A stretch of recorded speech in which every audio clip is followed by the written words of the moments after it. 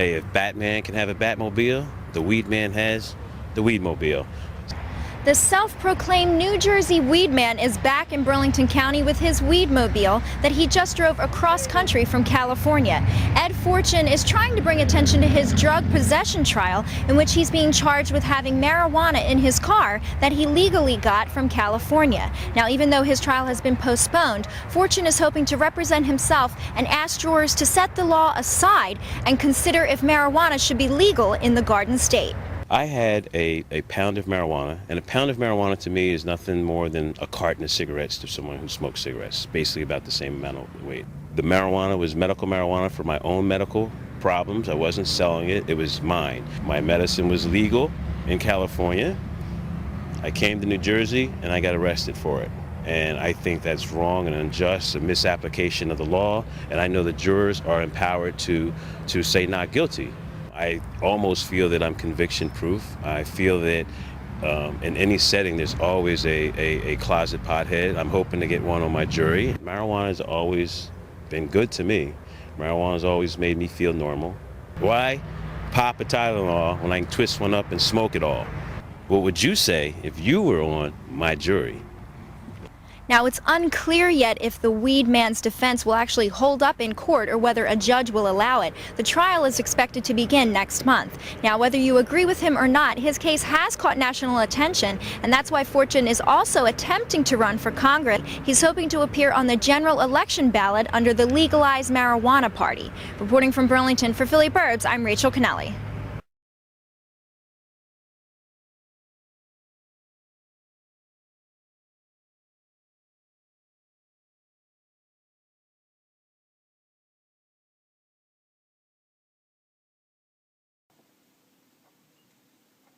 So you're telling me about the metal detector when they come? Metal detector, this is the only entrance the jury's going to be coming in and out of the jury pool.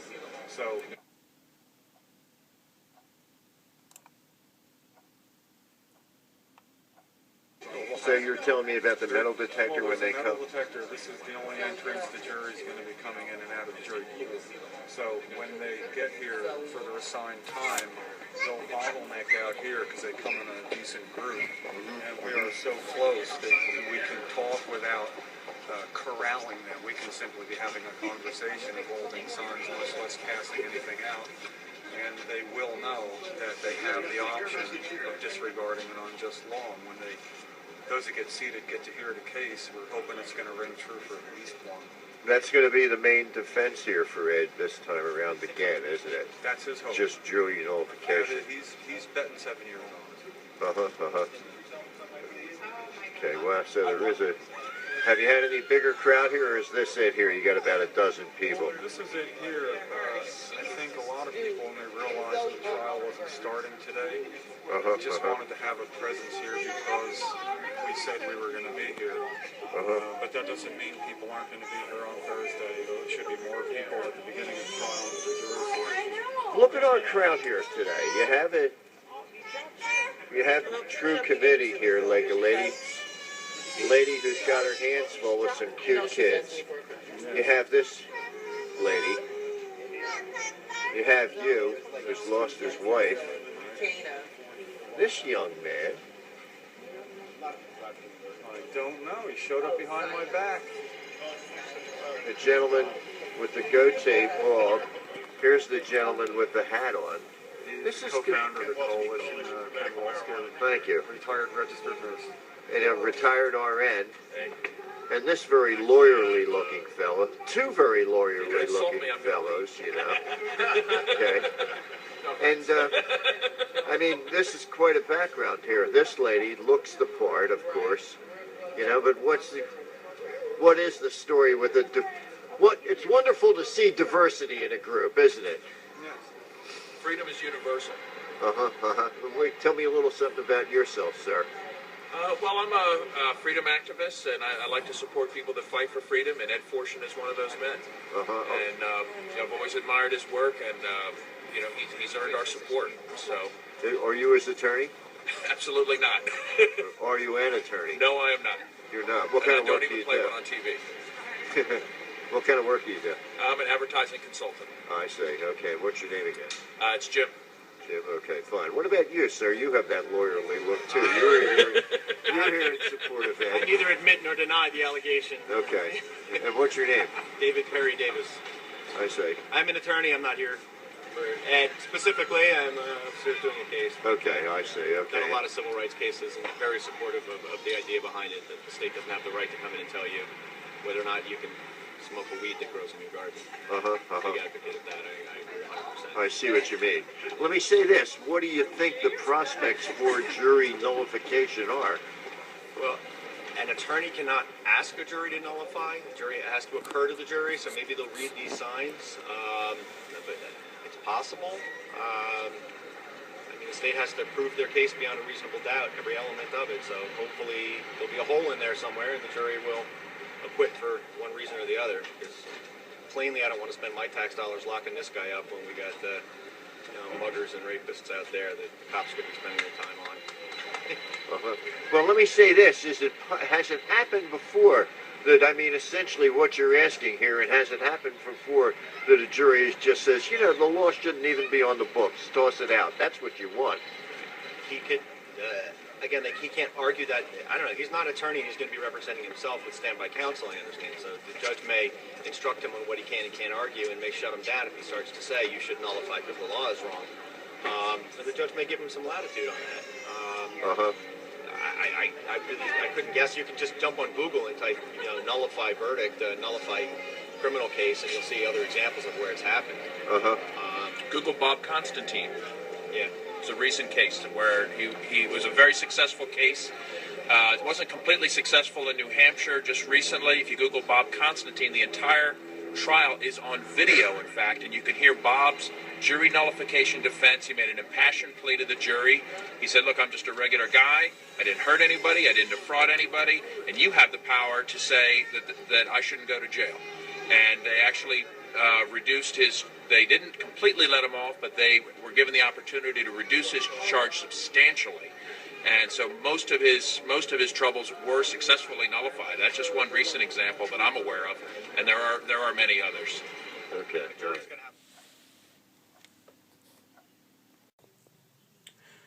Now, the amazing thing is, as soon as the trial started, the first thing Judge Delahaye tried to do was try to cornhole me into saying that I would not say that marijuana was medicinal. He wanted to try to get me to agree that I wouldn't tell the truth to the jury. Like, imagine that. In all prosecutions, you're supposed to tell the truth, the whole truth, and nothing but the truth, but yet the judge was trying to prevent me from telling the truth, that marijuana has medicinal value. Now listen to this exchange.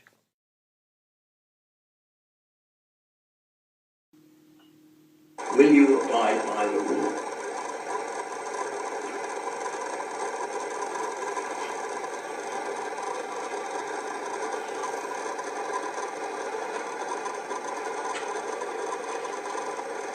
I agree very well.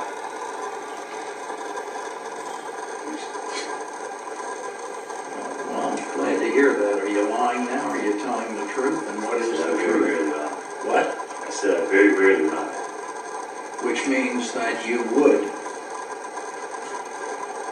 tell the jury that you believe that your prosecution under the criminal statutes of the state of New Jersey constitutes a lie. Am I correct? It's a lie that 16 states already acknowledge. Marijuana is not a scheduled drug.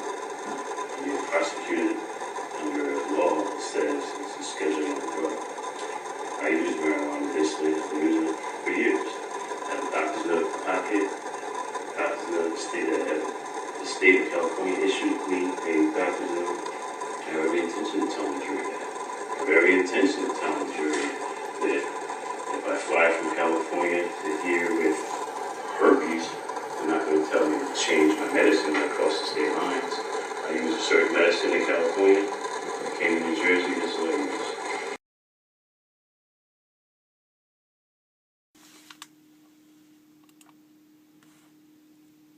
I actually have a medical marijuana card from the state of California, and I don't understand why New Jersey not only has not enforced its own medical marijuana law, but doesn't allow people from other states to come in and still be protected legally. And that's what this case is about. And hopefully my jury is going to find me not guilty of bringing my own medicine from California to New Jersey.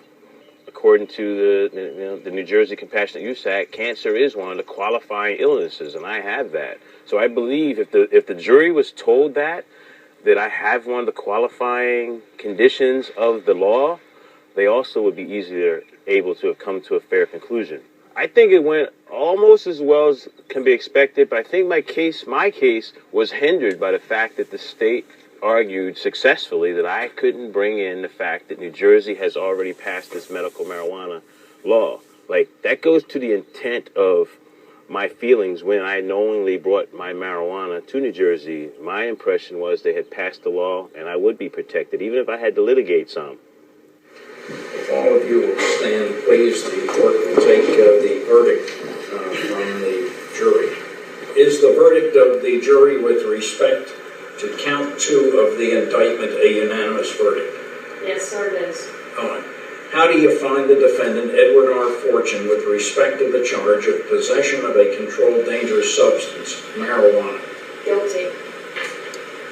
Has the state proven beyond a reasonable doubt that the amount of marijuana was more than 50 grams?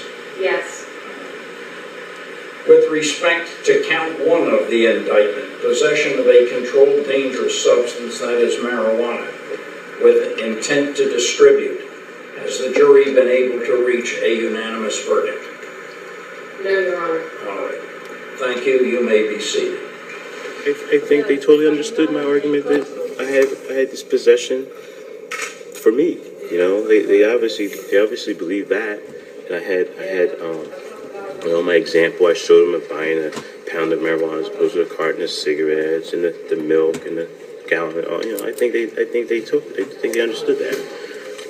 I think it's probably, I have no idea, but maybe it was a compromise on a possession charge without them knowing that.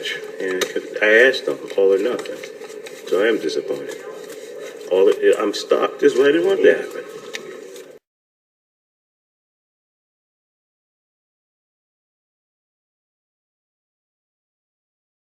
Where is it now? Are you finished? The last juror has been picked? No, actually, it's still 13, and we still have a couple challenges, so we can still get rid of people who've already been paneled yesterday. And I have 3 picks left. I think he has 4 picks. So I think within the next hour or so, we're gonna have a seated jury. Do you feel confident about the jurors that you have seated now? Yes, I think it seems like a dream jury to me. I believe that these people seem to be pretty liberal. They seem to be open-minded. There's even 1 or 2 people who've, when they question about the war on drugs, have basically said that the war on drugs is wrong. And I think the prosecutor used up all of his challenges. They went after those people. I am very, very confident to the point that I'd say I'm conviction-proof as far as this case goes, because there's no way the prosecutor's going to get 12 people to convict me. I know I only need 1. I think I'm going to get 6 or 7 is going to say not guilty. So I'm confident I'm going to get a jury once again. What happens after this? I mean, if this case proves jury nullification, whether or not they say it or not, where do things go from here? We just put. I'm extremely happy, not guilty. I mean, 2.5 years, and I got 12-0. I said I only needed 1, I got 12. And I think that other patients should argue the same points. The law is wrong. That my jury heard that. My jury understood that. My jury came in with their own conscience, and utilized their own conscience, and rendered a decision. You have to send a huge message to the state, to Governor Christie, to the prosecutor's office here. And what I'm hoping is defendant after defendant comes in and wants to utilize the same type of defense. I hope they even call it the Weedman defense. I hope defendants are really campaigning. Remember, I'm running for Congress, so now I get to campaign. I get to pass out my flyers and hang out publicly and shake hands and do the baby kissing and all that. If I had the money and the resources, I would take my WEEDMOBIL to different court cases and lend support to different marijuana cases around the country. Presenting jury nullification.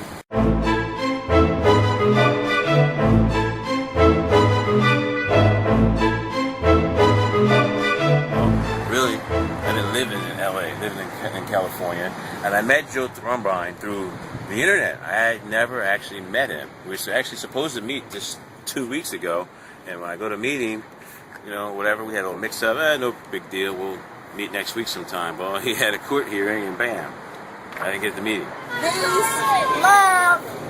No one should go to jail for a plan. Obama, do you hear me? Free Joe Thrumbine, volunteer! What the hell is wrong with you? Right here with the greatest of ease. No! Jump! Good job. I would smoke. This is the dates that I get my experimental drug treatment. I have bone cancer. I've had bone cancer for the last 12 years. Better than taking the pills that they want you to take. Keep the faith. I wanted to put something back into the community. I feel like I got help and supported during mine. Come help me. You know, like when's your trial? Shot flyers. Get the local media to be aware of this case and aware. I've been an activist in New Jersey for a long time, for the last 15 years or so. But I moved out to California, got a medical card here, opened a dispensary here, and I went home on a visit. And I brought some of my medicine with me. I brought a pound of marijuana with me. It was in my suitcase, it was in my luggage, it was in my rent-a-car, and I had the unlucky fortune to pull up at a light side by side with a New Jersey state trooper. You know, and you know, the whole driving while dreaded thing. You know, I looked at him, he looked at me, you know, he pulled me over, he asked me to search, it was all on video, he asked me to search, I said no, he towed me and my car to the police station and got a search warrant, and then they searched the car and found the marijuana, and I got charged with possession with intent to distribute because it was a pound of marijuana. But to me, you know what? I have a right to travel. No one's going to dispute that. I'm a medical marijuana patient here in California. No one's going to dispute that. New Jersey had just passed the medical marijuana bill, but for some reason, I was expected to leave my medicine at the state line when I crossed into New Jersey because their law was wrong. I wasn't wrong. Again, I utilized the concept of jury nullification. I've been speaking about jury nullification for as long as I've been talking about legalizing marijuana. I can just as easily be called jury nullification man.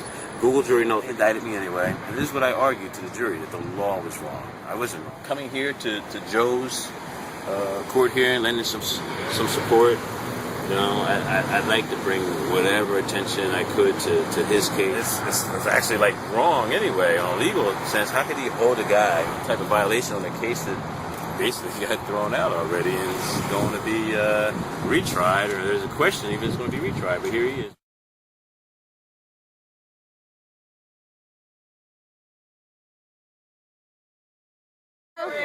Please, they'll knock down your doors and tell you to please. They're taking your grandma away.